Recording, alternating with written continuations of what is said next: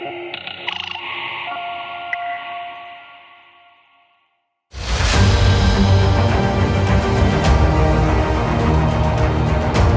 de tête, vertige, apnée du sommeil, le mal de l'altitude se manifeste dès que l'on passe du temps à plus de 2500 mètres.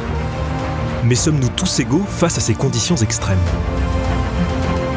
À Grenoble, au cœur des Alpes, une équipe de scientifiques s'intéresse aux effets du manque d'oxygène sur notre organisme qui peut survenir en altitude ou en cas de problèmes respiratoires et vasculaires. Samuel Vergès est physiologiste et étudie ce phénomène appelé hypoxie au sein de son laboratoire rattaché à l'hôpital d'Échirolles.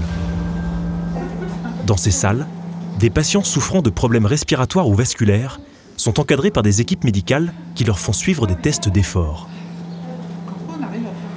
Certains protocoles permettent de placer le sujet dans différentes conditions d'altitude en réduisant la teneur en oxygène de l'air inspiré.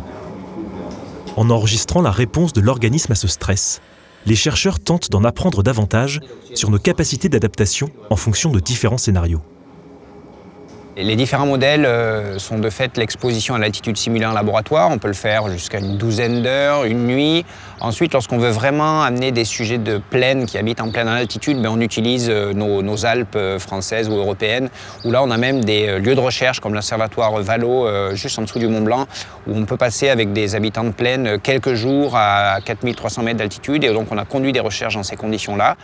Et puis ensuite, le modèle suivant, c'est des personnes qui habitent en permanence à très haute altitude. Et là, en Europe, en fait, on n'en a pas. Donc il faut se déplacer dans les grandes régions montagneuses à travers le monde, l'Himalaya et encore plus les Andes, où là, on trouve des villes très grosses, très importantes, à plus de 4000, voire 5000 mètres d'altitude.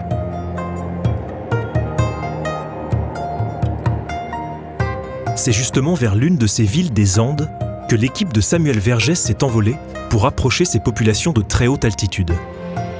Cette aventure, baptisée Expédition 5300, rassemble une quinzaine de scientifiques venus de différentes disciplines qui vont étudier durant plusieurs semaines la population de la Rinconada, la plus haute ville du monde située au Pérou. Mais avant cela, l'expédition 5300 a d'abord fait étape à Lima, la capitale du pays. Située au niveau de la mer, Lima sert de référence. Une vingtaine de volontaires se prêtent à des expériences et à des prélèvements sanguins qui seront plus tard comparés à ceux effectués à la Rinconada. Après une escale à Puno, située à 3800 mètres d'altitude, où les chercheurs ont commencé à observer les premiers syndromes du mal chronique des montagnes, l'équipe a finalement rallié la Rinconada par la route.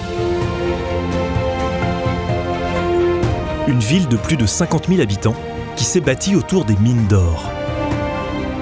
Ici, la population est principalement composée de familles de mineurs et la plupart d'entre elles cumulent des problèmes de santé liés au mercure utilisé dans les mines ainsi que des troubles importants liés à l'altitude. Des symptômes dont ont été victimes les scientifiques eux-mêmes à leur arrivée sur place.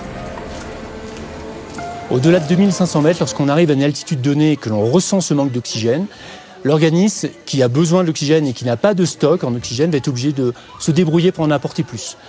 Donc on va respirer plus, le cœur va s'accélérer. Par contre, quand on reste à une altitude donnée, on peut développer des symptômes en quelques heures, essentiellement des maux de tête, des nausées, des vomissements, manque d'appétit, des vertiges. Et tout ça définit ce qu'on appelle le mal aigu des montagnes. Par contre, pour les populations qui vivent en permanence en altitude, il peut y avoir développement d'une autre pathologie qu'on appelle le mal chronique des montagnes, qui est peut-être un peu moins bien cerné que le mal aigu des montagnes, mais qui comprend aussi tout un cortège de symptômes très généraux, avec de nouveau des maux de tête, des fourmis dans les bras, dans les jambes, ce genre de symptômes. Dépourvue d'hôpital et de médecins, la population de la Rinconada attendait impatiemment la venue des scientifiques. Ils ont été plusieurs centaines à les rencontrer pour des analyses cliniques et finalement une cinquantaine à prendre part à l'étude. Répartis en deux groupes, l'un atteint des syndromes du mal chronique des montagnes et l'autre non, ces habitants vont subir des prélèvements sanguins, des tests d'effort, des analyses de leur sommeil ou de leur tension artérielle. Ces résultats vont être comparés avec ceux collectés à Lima et à Puno. On a déjà des résultats assez évidents que l'on obtient sur ces trois villes-là, avec par exemple des quantités de globules rouges qui s'accroissent au fur et à mesure qu'on s'élève et surtout à la Rinconada ce qu'on appelle l'hématocrite, c'est-à-dire des quantités d'hémoglobine très élevées, probablement les valeurs les plus élevées qui ont jamais été mesurées, au-delà de 80% ces valeurs d'hématocrite, alors qu'à Lima on était à 40% seulement d'hématocrite, c'est-à-dire la partie du sang occupé par les globules rouges. Et puis à la Rinconada, bien sûr, il y a le pourcentage de personnes touchées par ce mal chronique des montagnes. Et là, c'est près d'un quart de la population qui est touchée par ces problèmes de santé à la Rinconada du fait du manque d'oxygène. Alors que bien sûr, à Lima, il n'y avait pas ces problèmes de santé-là. Et à Puno, c'est moins de 5% de la population à 3800 mètres d'altitude qui souffre de ce mal chronique des montagnes.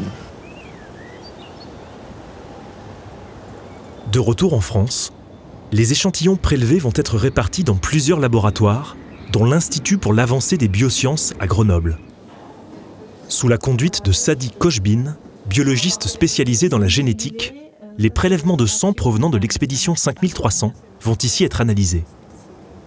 Il s'agit pour les chercheurs d'extraire l'ADN du sang et de cartographier le génome des différents péruviens afin de mieux comprendre le lien entre hérédité et faculté d'adaptation. L'inné ou l'acquis, c'est une question importante et je pense que cette analyse nous permettrait d'apporter des éléments de réponse par rapport à cette question. Et en séquençant le génome des individus, on peut savoir si en fait, il y a un élément de séquence, donc un élément en fait, qui se trouve dans le génome, un élément qui va passer de génération en génération avec l'ADN. Est-ce que, en fait, ces variations au niveau de ces éléments de séquence peuvent expliquer un certain nombre de comportements en fait, qu'on va observer, que les médecins ont observé en fait, quand sont allés sur place? Il faudra encore de longs mois pour que l'ADN livre ses secrets. Ces découvertes pourraient permettre d'apporter un soutien médical à la population de la Rinconada et aux habitants des plaines victimes de pathologies respiratoires. Dans un futur proche, ces résultats pourraient aussi aider les prochains spationautes à mieux s'adapter à un oxygène rare et précieux. De quoi permettre à la science d'explorer les frontières du corps humain.